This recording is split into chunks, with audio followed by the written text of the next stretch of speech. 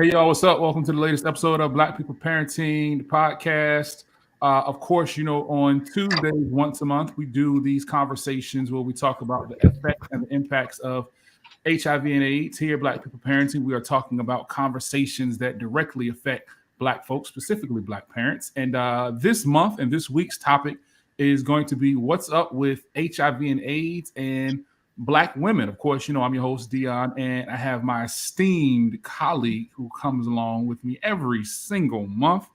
I don't know if she just got off, if she just came from a date with her husband. I don't know what's going on, but her lipstick is popping. She's got the jewelry on. Welcome, Dr. Bambi Gaddis. Hey, Dr. G. Yeah, I don't know what's going on. Good evening, Dion. I appreciate your accolades. Just glowing. Yeah, thank you. I appreciate it. Matter of fact, Vivian and I were out handling some coordination of outreach just before you got on. So okay. I thought you and the husband went on a hot date. No. He just got off of work. I'm making. She dressed up to go to the Secretary of State's office. Yeah, turkey necks and lima beans and cornbread. That's what he gonna get tonight. Okay. Well, hey, that sounds good to me. So, Dr. G, tell them who you are and what you do, real quick. So, real quick, I'm fortunate to be part of the HIV Clinical Trials Network, which we faithfully call HVTN. We are part of Fred Hutch Cancer Research Center. Mr. Chavis, Dion, Black People Parenting has been my co-host and my, I'm going to say in some cases, leader in connecting us with Black families around the country. We are about education. We are focusing our attention on how do we connect communities with information.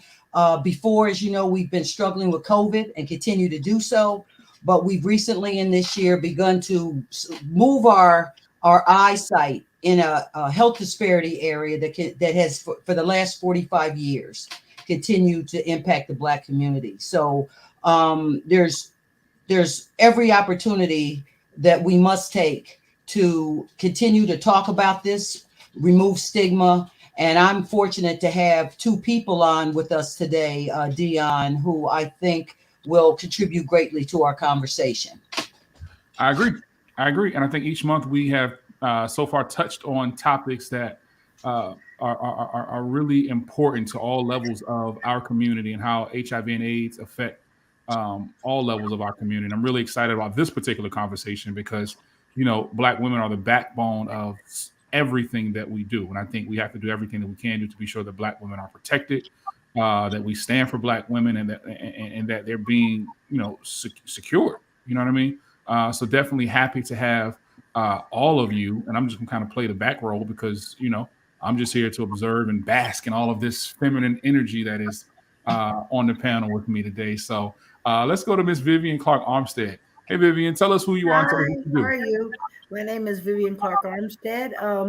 I am coordinator of a project that's called Project FUBU, For Us, By Us.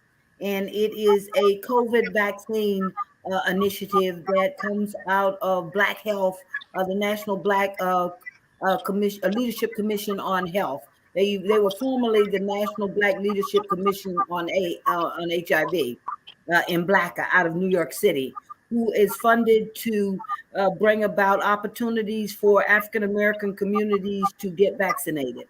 It is a project that was launched in 4 major cities throughout the South. It was Baton Rouge, Atlanta, Tuskegee, and Columbia, South Carolina, because these are areas that that are heavily impacted by all health disparities. Particularly, we have in South Carolina. I worked for 21 years for the South Carolina HIV/AIDS Council, doing business as right wellness under the direction of Dr. Bambi Gaddis.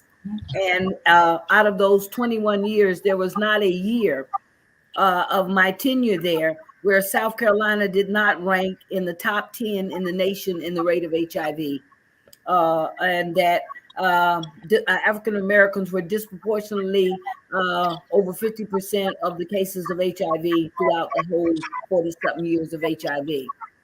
And so it was not a stretch to now go into other health disparities areas, especially COVID, because now that we're now on the subject of HIV, COVID is the corporate, if you want to put it that way, that has thrown HIV onto the back burner, where people are of the assumption that it has it handled.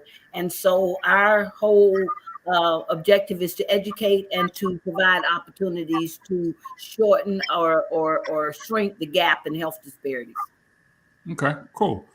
Thank you for the work that you've been doing, Miss Vivian. And is Story all right? Please Yes. tell us who you are and tell us what you do. Hello, my name is Astoria Wright. I've been diagnosed since 2014. Um, I I can gladly say that these two women on this webinar with me help empower me and make me the woman I am today. And what a woman Um, she is. and Yeah, I've drug her up and down the East Coast with me talking to faith communities. Yes, and I appreciate it. Right now I'm a motivational speaker. I'm working on my poetry. I'm a little shy about that, but I'm working on it, and I'm just happy to be on this webinar. Cool. So let's dive right into it. I was doing some research and I was doing some just kind of looking up some information as I was preparing for this interview and preparing for this conversation, I should say. And one of the things that stood out to me is the fact that it seems according to studies and according to the numbers, HIV and AIDS it's hitting Black women the hardest, right? It seems like Black women are being hit the hardest. There was some progress that seems like that it took place, between 2010 and 2016. But even in 2016, Black women still accounted for 6 out of 10 new HIV infections, right? Yeah. So we understand and we know that Black women are disproportionately affected by HIV and AIDS. What are some of the reasons why? Like, I want to unpack, like, what are some of the reasons why you guys think that we are being so affected? You are being so affected because Black women are taking a lion's share of this. What are some of the reasons why you think that Black women are being so heavily impacted by HIV and AIDS? Well, before they answer, let me add a clarifier to that. Coming up. In Vivian's work, most of it focused on testing, counseling, community outreach, working with all kinds of communities. I mean, her division was the first group of people in the organization that really had their finger on the pulse of newly diagnosed individuals. So that's one side of what we did. But the other part, it has to do with what happens in the linkage process. What happens? So when we talk about this today, there's different spaces that we have to address. How do Black women present to us in a testing environment where they perceive or believe they might be at risk? The second then becomes what happens when Black women are diagnosed and confirmed as living with HIV, and how are we handling that as systems? And then the next, the other piece deals with how do we treat them? How, after they've been diagnosed, we've confirmed their status, and now it's time to move them into care, medical care, so that they can have a continuum of that and do it in a way that is humanistic, culturally sensitive, and competent. So I want to kind of lay that as a backdrop. Okay. So, were you going to say something? But in response to your question, I think that the main characteristics that amplify why Black women are impacted by most health disparities and all economic disparities also is that we are the caregivers of the family.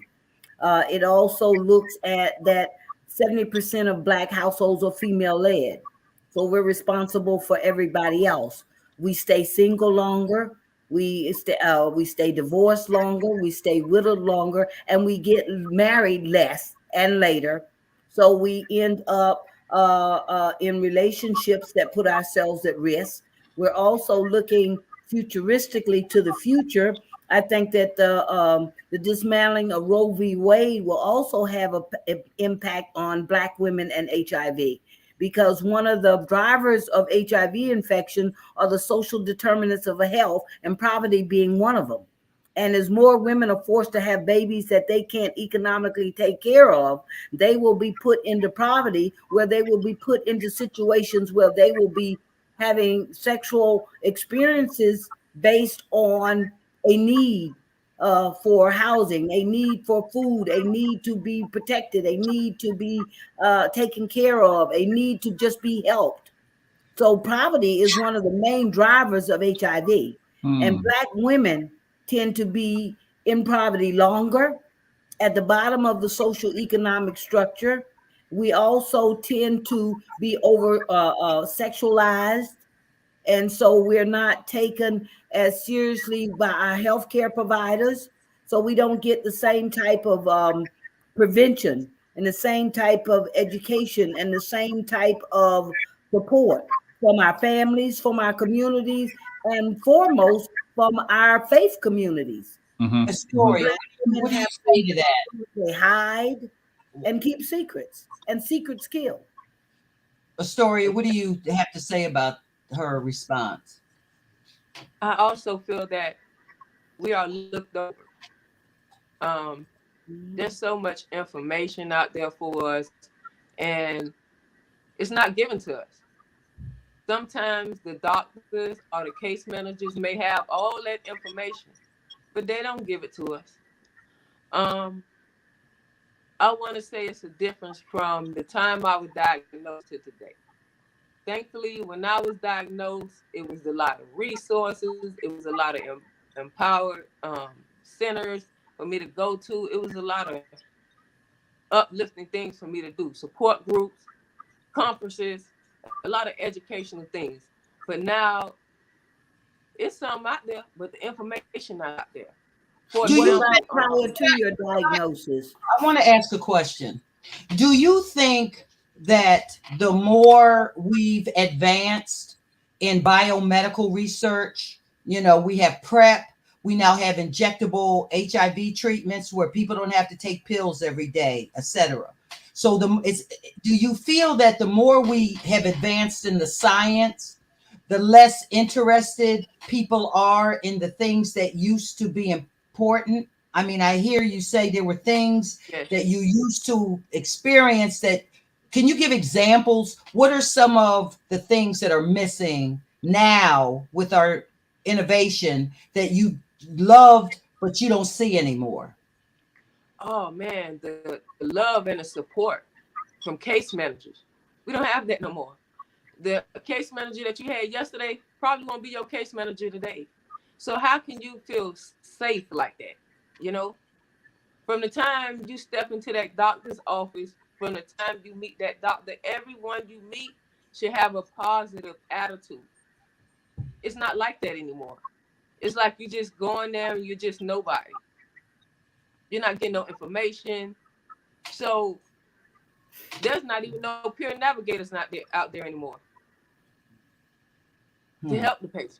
But Dr. Gaddis, when you're talking about the science and the PrEP and the things, when you're talking about how that impacts Black women, from the part of when these innovations come out, the way that they roll them out, they do not target Black women. Most of them are targeted toward LGBT communities, or they're targeted toward other communities, but they're not targeted to. There is such a disparity of the uptake of Black women on PrEP. That's one of the largest health disparities that I've been able to see here of late in the new innovations and in the science. And none of the marketing is targeted to make sure that Black women have access to these new innovations to protect themselves and to keep them from having to worry about how a case manager treats them by never ending up in a case manager's office. It is not marketed for us. Well, one of the things that we've confirmed is that there are still physicians and medical providers, for as many medical providers that are interested in advancing their own personal knowledge about pre-exposure prophylaxis or PrEP. We have another side of physicians who don't believe the science, don't have attitudes and beliefs about women in general, but certainly Black women. You talked about being over sexualized, who think that if you need PrEP, it's a sign that you're promiscuous, that you are multiple partners. And so a lot of Black women who may be candidates for PrEP because they may date someone they know is living with HIV, or they feel that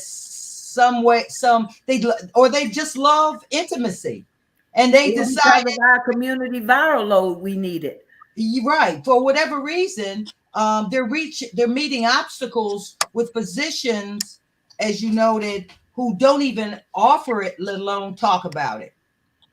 So let's unpack that a little bit, because we hear a lot about how Black women are not treated equally when it comes to being participants in the healthcare system, right?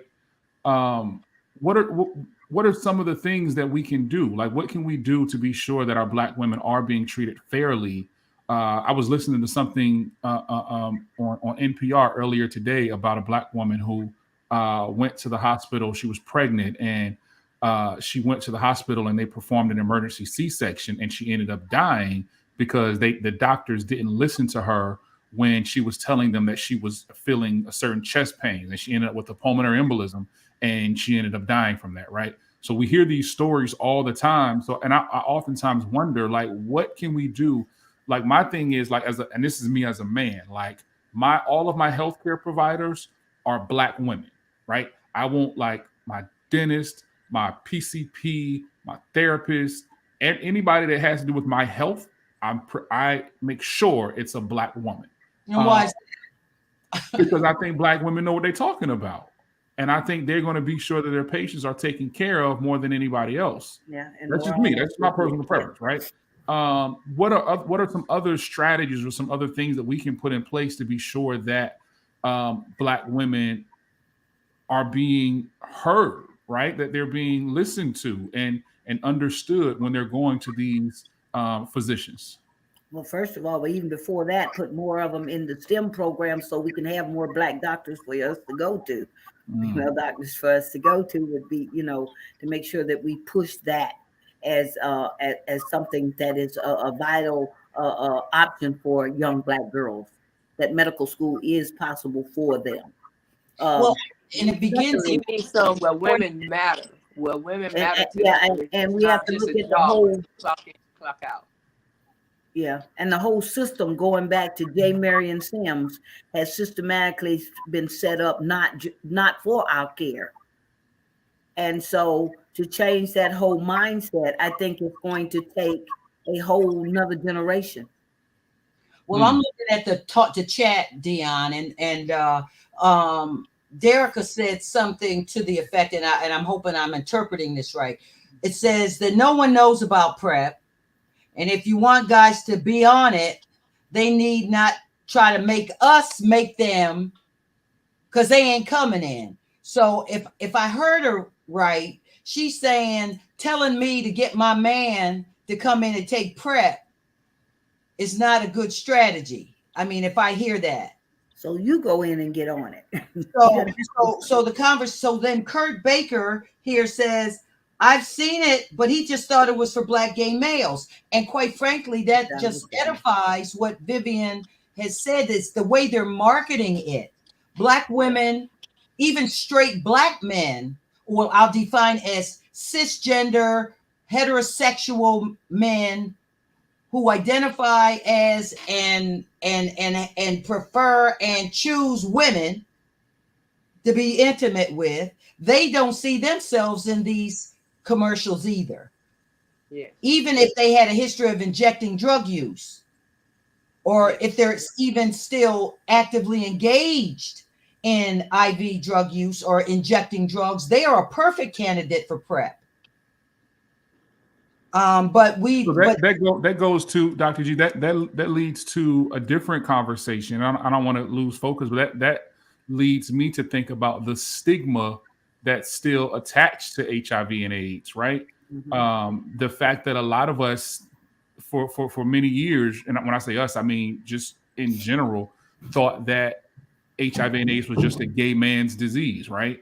So now when we look at it and see, okay, well, Black women are leading in the numbers of people who are contracting HIV and AIDS, the conversation has now turned into, okay, well, what can Black women do to save us, right? When I think it should be turned around to say, what can we do to save Black women, right? So, What can we? so let me make sure we're crystal clear with the audience. If you can say that Black women are disproportionately overrepresented in the numbers, then we have to first put the pieces of the puzzle together. Black women get HIV from men. Correct. The percentage of women that report injecting drug use as the reason why they got HIV is in the context minimal. So if a woman has HIV, more than likely she got it from a male. The question then becomes, who is that male or males? And are they authentically, when we're intimate with the people, partners, are we authentic about who we are when we come to the bedroom? Because for most women, at least women that we've met over 27 years in an agency and 45 years as an independent public health professional, women have issues because we are never trained to negotiate. We are not talked about. We don't talk to you young girls about sexual health. We don't talk about their reproduction, how they got here. We're still lying about that.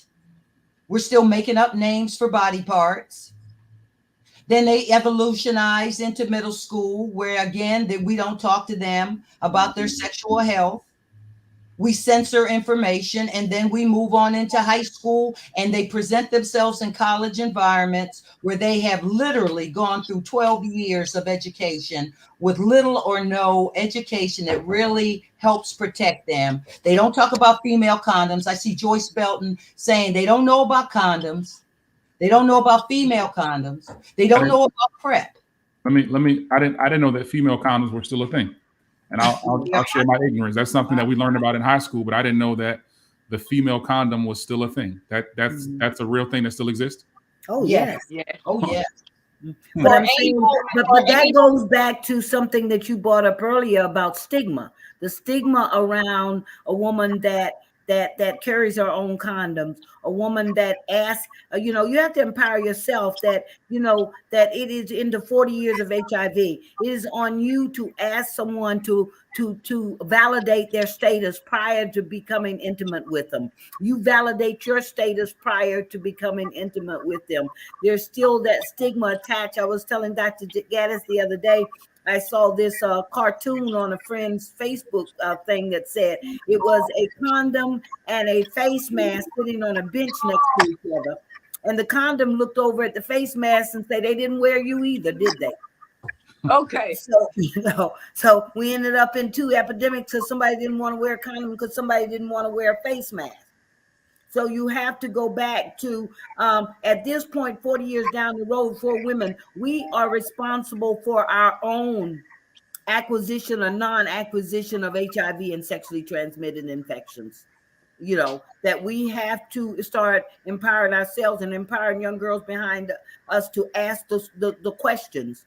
Have you been tested? Let me see your test results. And if they don't show you the test results, that gives you more reason to have a discussion about what are the reasons why we're not sharing this life-saving information with one another. Yeah. And someone that didn't use a condom with you didn't use one before you. It wasn't that you were so wonderful and came along and they decided they didn't want to use one. And so we have to change our mindset on, also relationships have changed throughout the years. When there used to be a courting process before intimacy, now they're using intimacy to get to know somebody to decide, using sex to decide whether I want to know them or not. If the sex no good, then it goes anywhere. So the sex is, we're putting the horse before the cart. So Astoria, do you date? No, yeah, I'm getting in your business. Oh, you can get in my business. It's okay. You about to know my business anyway. So I'm single now. But before, I did I was dating, but we don't date anymore.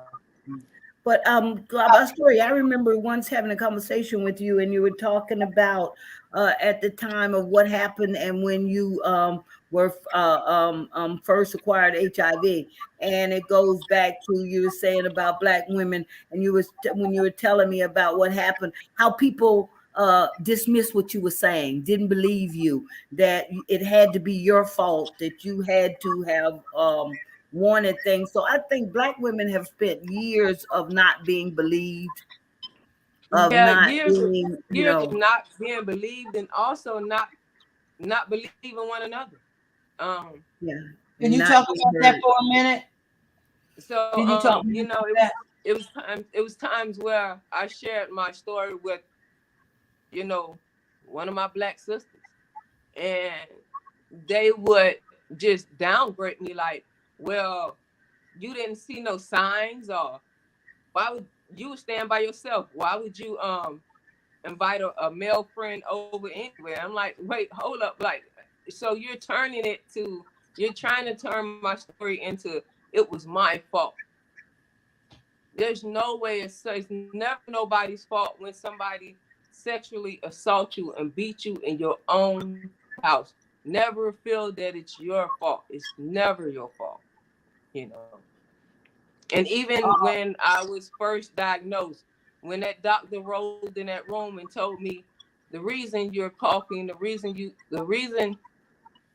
can't swallow, the reason you can't eat is because you have an AIDS diagnosis and you need to contact your family. And he rolled out that room on that stool. Just how he rolled in, he rolled right on out and left me right there. Do you think that's still happening in places? I know it is. I know it is. And it hurts me to my heart because thankfully for me, when I left that hospital, God had angels to surround me and help me through that journey. But a lot of people don't have that right now. A lot of people don't have that. I mean, I am just enthralled, Dion, with what's going on in the chat, because there's some really significant things being said.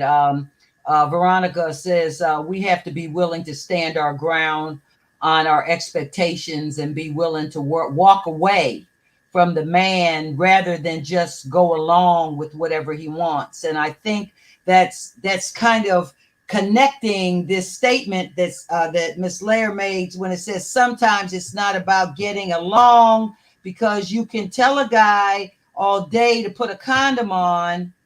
That doesn't mean he's going to listen, and that does not mean he's going to let you get away from that easily. That's a contradictory oxymoron to me.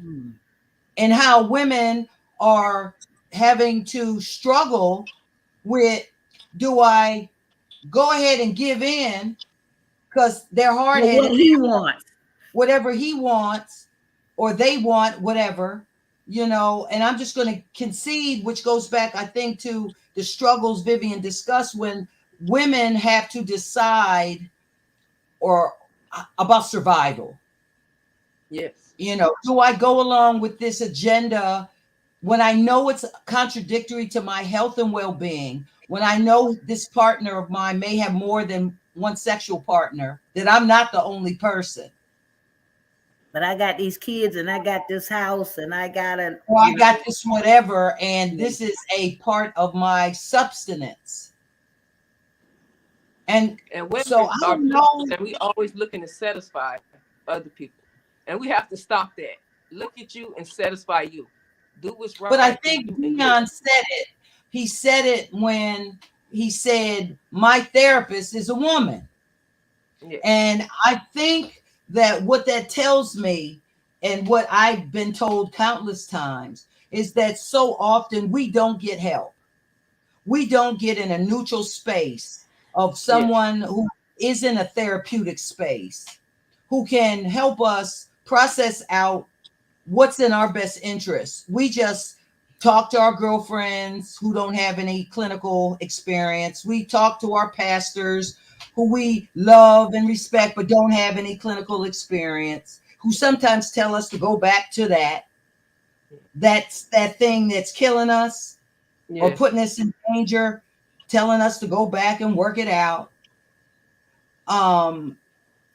So what I'm hearing from Dion as a man is the same thing we've talked about in HIV intervention, and that is we could talk all day about the problem, but what is our solutions? Vivian offered some solutions. So let me kind of hop in, Dr. G. And first, I want to say, if you're watching this on YouTube, be sure to subscribe to the YouTube channel. Be sure to like it, share it with some folks.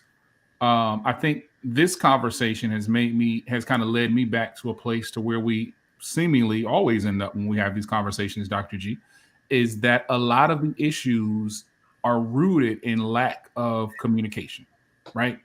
A lot of these issues are rooted in the fact that we I'm talking about grown folks, we don't want to have hard conversations. We stray away from hard conversations. Somebody said in the chat, I can't remember who it was. Somebody said in the chat that I can't, let me see if I can scroll up. It was in terms of somebody. Here we go. We also need to change the stigma towards African American men who identify as LGBTQ. They're still Black men not living their truth out of fear and shame, right? Here's my thoughts on that.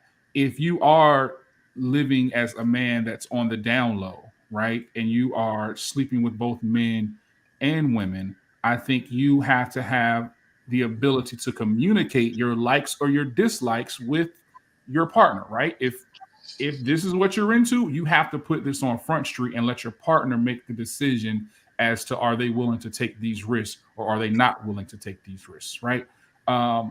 We as Black women, I think Astoria said it earlier, there has to be conversations about, who are you sleeping with anybody else besides me, right? Is it anybody else that you get with beside me? But again, we can't stray away from those conversations. Like, we have to take these conversations head on. Whether the man tells the truth or not is not your responsibility. It's your responsibility to ask the question. Now, if you find out later down the line that he misled you and he lied to you, that's a different conversation, right? But I think, again, we have to have these tough conversations in the beginning. Like you said, I think someone said it, you have to be like, okay, well, if we will have unprotected sex, like what's your results look like? Like, what we doing? Like, let's go, we gonna go get tested. And once we get tested, then we can get it and we can do what we want to do. But not before then. But again, it becomes, I don't want to have this conversation because I don't want to scare them away. I don't want them to think I got something by suggesting that we go get tested. So I think the root of it all is we haven't learned yet how to communicate with each other. And I think that Black women have a feeling that if I do have the conversation, he's going to think that I'm loose, or I'm the, absolutely, the community boo, or that I'm, and that stigma is, I think, more of a deterrent to having the conversation for women than anything else. What someone else's perception of us is one of the things I think that keeps us locked in this space. Well, Joy said, when I told the guy about my status, he looked at me and said, you don't have to lie to me because you don't want to give me some, I guess, booty. I'm just breaking through the language because I think it says sat. Oh, in our days, we used to tell them we was on our monthly, so the same thing, I guess they think you're lying still. Yeah. Well, I think, no, go ahead, Dion. And I was just going to read Kurt's comment. He said, I can agree with Veronica. I know for sure that if certain females would have said we need a condom, I would have used them.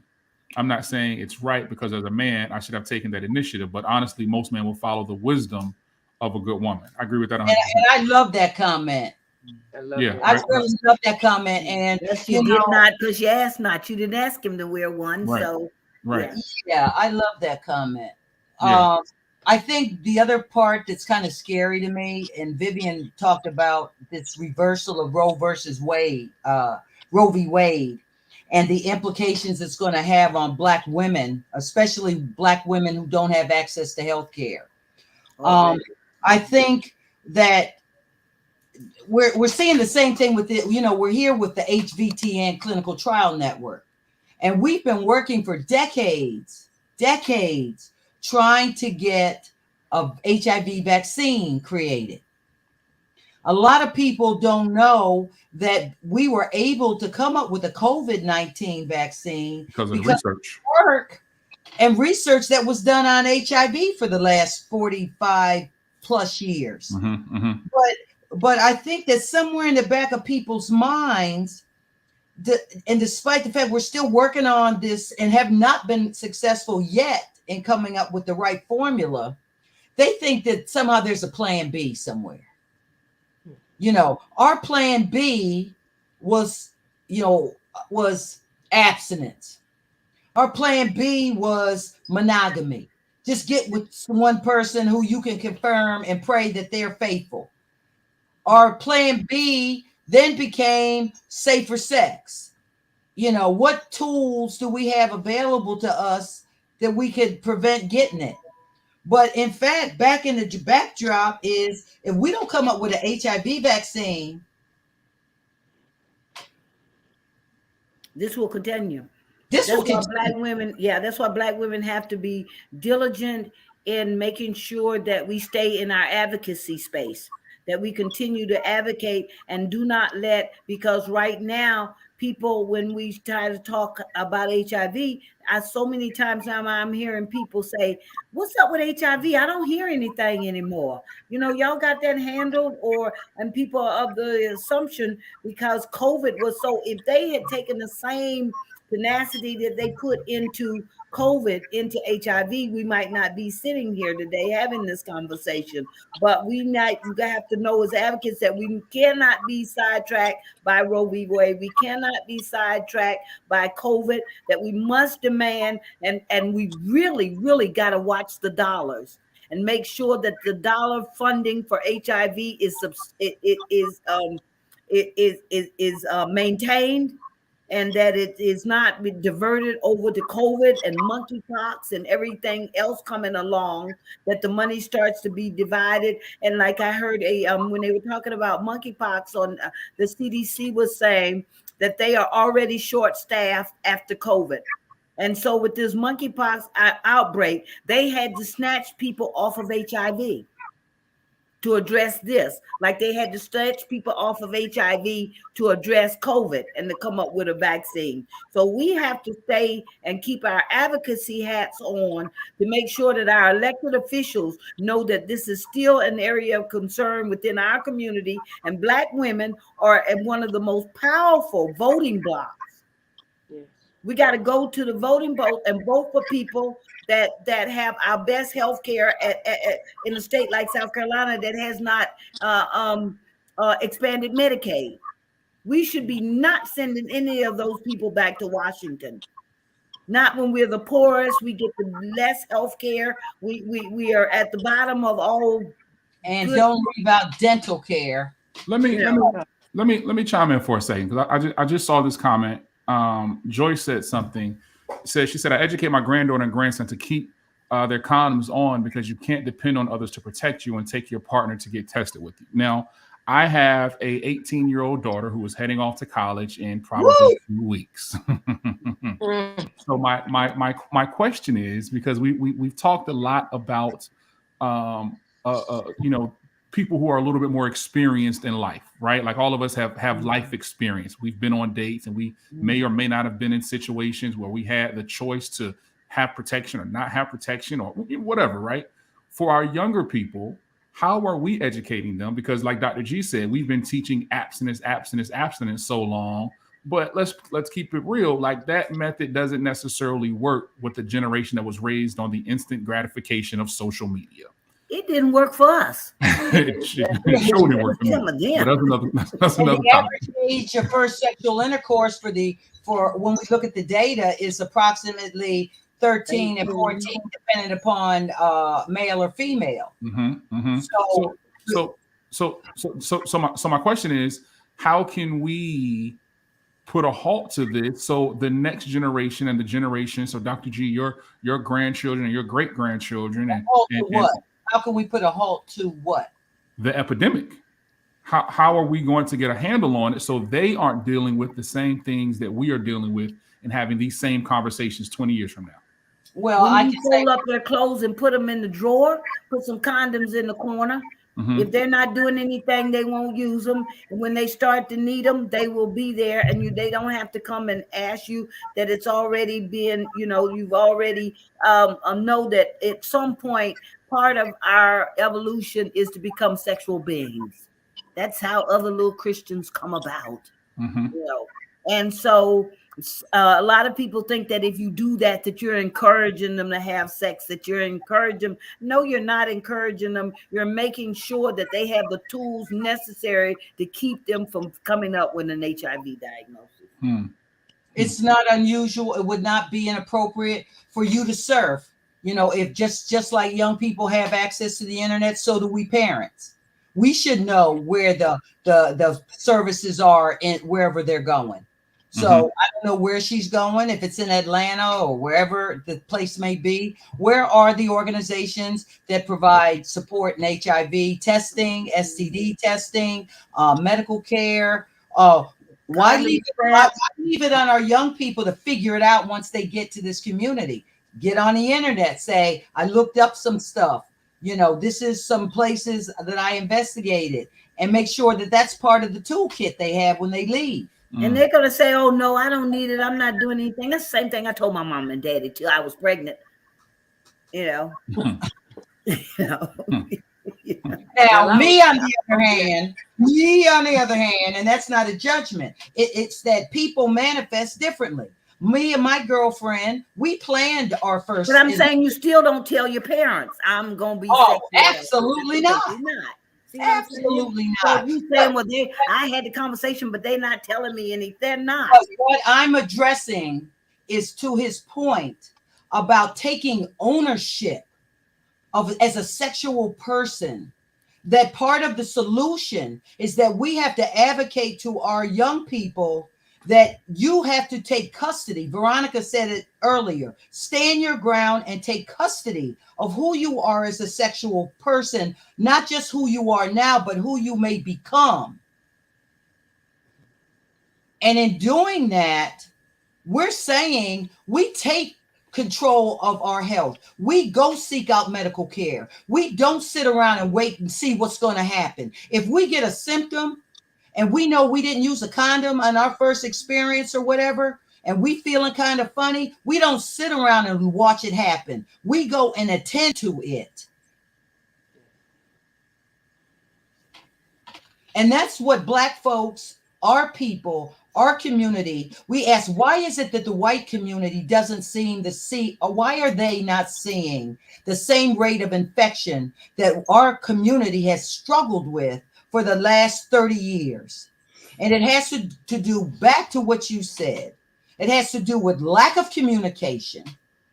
It has to do with stigma that we continue to perpetuate about who gets HIV and who doesn't.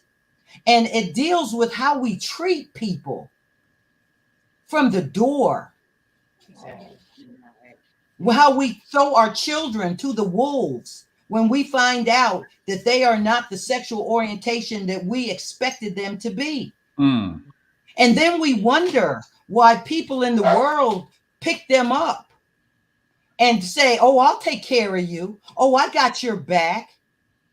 And next thing you know, your child has HIV when it could have been prevented had you embraced them, loved them, and said, I don't care who you are. I love you and you're mine. And I'd rather say that and mean it and act on it than have you out here in the world depending on some stranger to give you substance, food, money, shelter.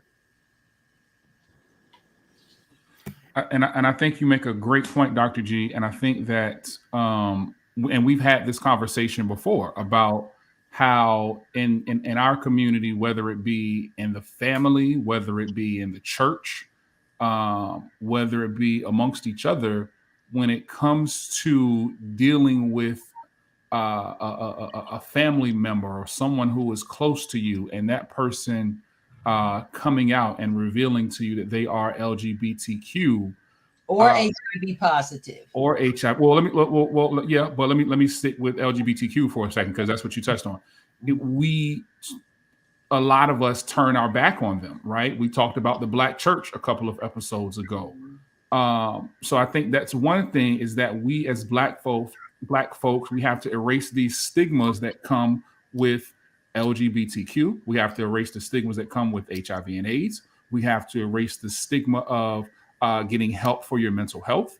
All of these things that are internally killing us because we don't have the ability to have these conversations with each other, right? And these things are eating away at us. If I'm someone who is HIV positive, right, and I know that if I go to my church, my pastor is going to condemn me and say, well, you shouldn't have been having unprotected sex, or you shouldn't have been doing this, and this is God's way of getting you back, whatever the case may be, you making me feel like I'm the worst person in the world, right? So that means I don't even feel like I can come out and talk to anybody about anything that I'm going through, which then in turn will affect my mental health.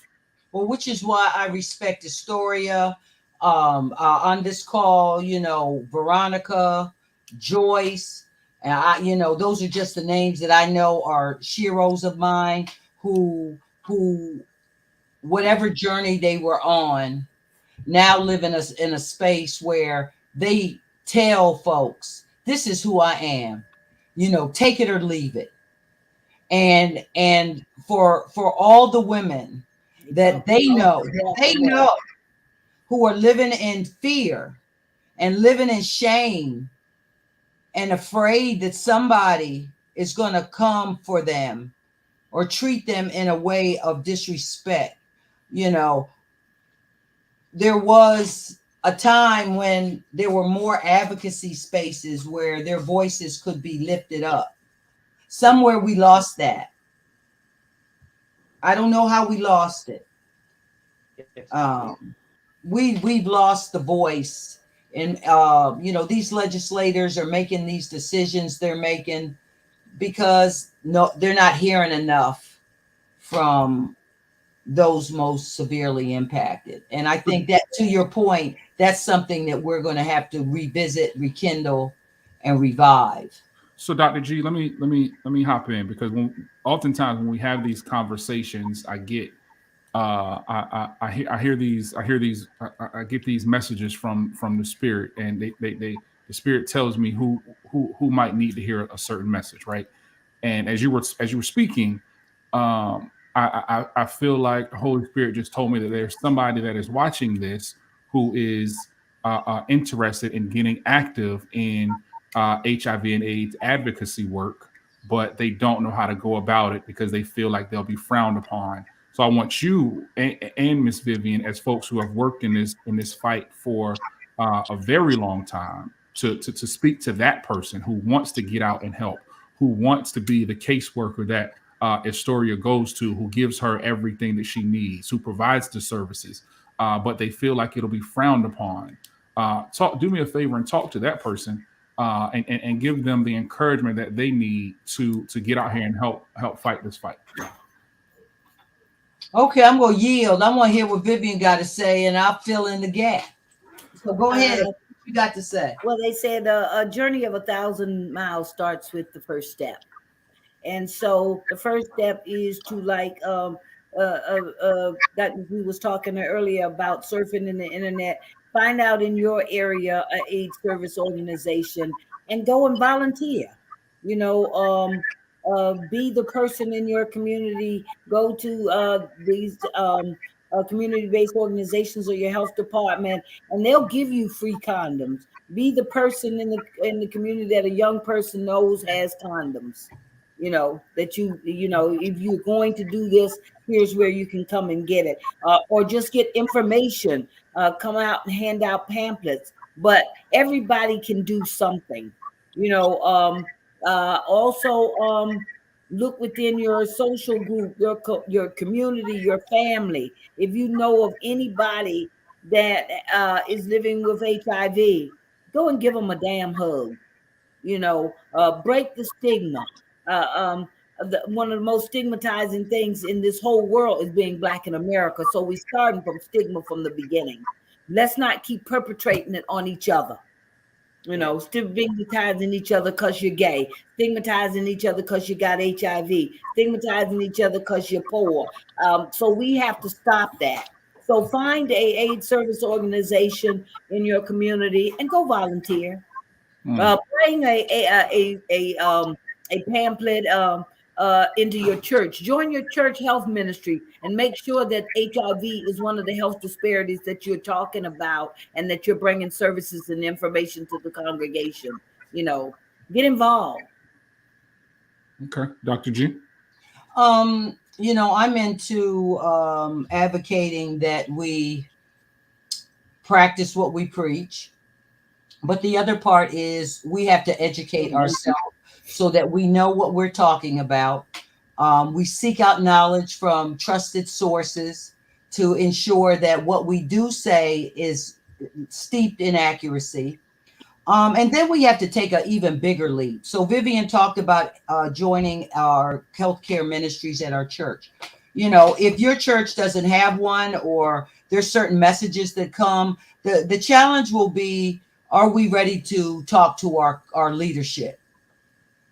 And if I were to go to my pastor and talk to him about things that he or she has said from the pulpit about people living with HIV, or people who identify as LGBT non-binary individuals, do I have the courage to say, help me understand your perception?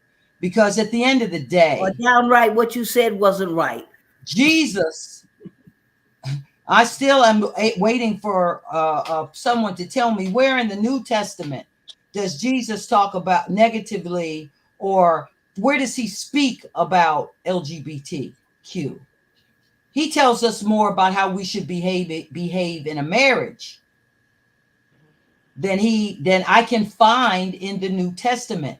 And so people like to pull from the Old Testament and pull scripture out of context and use it to traumatize and beat down the parishioners that sit in their pews. I would suggest that we have to make really hard choices about what pew we sit in. Is it inclusionary? Is it come as you are? Are we about love and love and comfort? Or are we about condemnation and creating more trauma? And so I think it's a two-way street. It's not only, we've talked a lot about what the system needs to do, but a lot of what needs to happen is we just need to do some self-work, some self-care first, doing stuff for us, not putting ourselves in spaces with people who don't have our best interests and health in mind. But then, as it was stated in the chat from Veronica and many others, we have to stand up for what we believe. We have to believe that we're worthy of love, and that anyone that treats me to the contrary needs to be eliminated at all costs. And that's nothing that we can place on anybody else other than ourselves. So we have to continue to do self-talk. When you say, I am worthy, I am worth it, I don't deserve this treatment. Yeah, and I think folks who will treat me as such.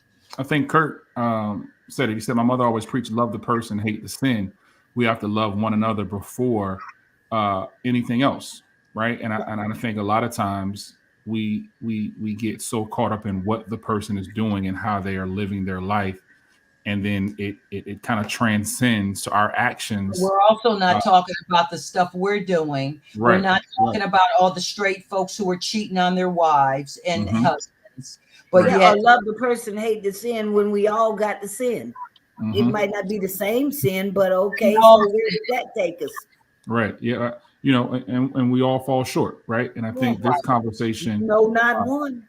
This conversation and other conversations that we've had, when it goes back to the fact that we aren't, not only are we not having conversations, but we're also the first to judge somebody else, right? Like Astoria said, somebody said in the chat, when someone comes to you with an issue, the last thing that you should do is put the blame on that person when they're confiding in you, particularly if it's something as serious as contracting HIV and AIDS, right?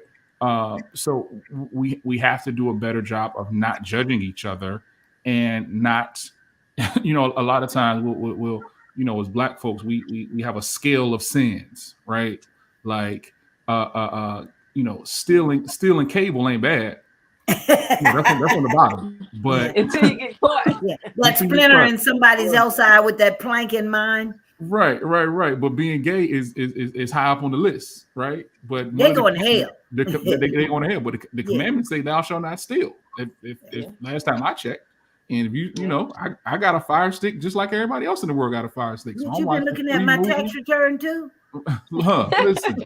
So, see, here we go. So she talked about her social pathology. So let me ask, as we get ready to close out and stuff. So what final words would you have, Vivian, first? Then I'll go to Storia. What would be your closing thoughts on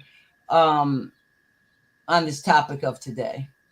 That we need to look at all the things that we were talking about today, all the irons in the fire. As my mama used to say, when you got a problem this big, you throw all your irons in the fire. And she said, you always know which one to use because it's the one that gets hot first. And so we have to throw all our irons in the fire to accomplish this anti-stigma campaign when it comes to Black women and HIV. Also, as I've said on other occasions, is that if you're thinking that somebody else is going to save us, then you need to think again. They ain't coming.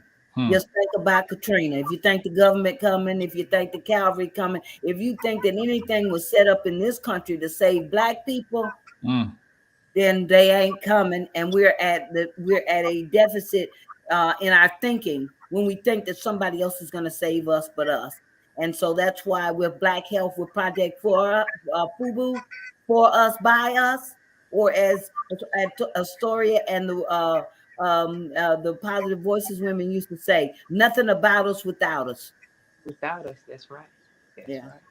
And we have to thing on a personal level with women in relationships, with us as advocacy, us as a people. We have to stand our ground on nothing about us without us. Astoria? I just want all the women to revisit self-worth. Work on your self-worth. Empower yourself. Stop worrying about everybody else. It's about time you take time out to embrace yourself, learn yourself, love yourself again, empower yourself. You are important. My final comments are that I look forward to the day when we see a revival among women living with HIV, where they are not, where they collectively are coming together and addressing some of these folks at the State House, at the city and county council, when we're asking where are the resources. And I'm just grateful, again, to have this opportunity with HVTN for the past 2 years or more now, to be in a space where I can meet phenomenal people who are ready, as Positive Voices women used to say, we are ready, willing, and able to do whatever we got to do. At any time to handle this. And and that was always my sense of encouragement. And that's what drives me even today.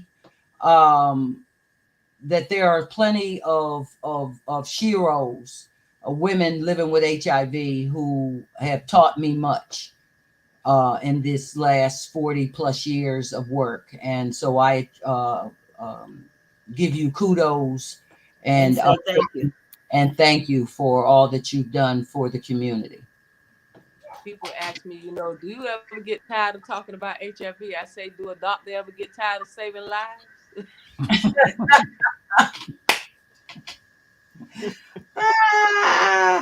So, all right, y'all. So let's wrap right here. I'll close just by thanking all of you beautiful Black women for being on this panel with me. Of course, I'm a father of a Black young woman. At this point, she's 18, so I can't call her a girl anymore. She's a young woman. a husband to a black wife, from a son to a black mother. So just let it be known that, you know, I appreciate you all, and I appreciate everything that you all have done and the work that you all have done, because none of us would even be here if it weren't for y'all. So if no one has told you today, thank you. We love you. We appreciate you, and we honor all of you, and every black woman who is watching this. You know, we just stand for you. We just continue to give you all the praise and all the accolades that you deserve. Can I give The one next last generation. information? If you do have access to Hulu, and if you have not seen the documentary Aftershock, it is a documentary by a black director, looking at black female mortality in childbirth. It is a phenomenal historical piece of work. It really intersects with what we talked about tonight, the aftershock of what happens when a black woman's life is lost. Yeah. I've seen that. I've seen the previews for that. Yeah. So please check that out. And that's my last comment. Yeah. And also just be sure to like the YouTube channel. I saw somebody say this is their first time tapping in. Make sure you find us, Black People Parenting, on all platforms, podcasts, YouTube, all social media. We out there, Black People Parenting. All right, y'all. We'll holler at y'all on the next episode. Y'all see you next month. See you later. And thank you all for attending. Bye, y'all.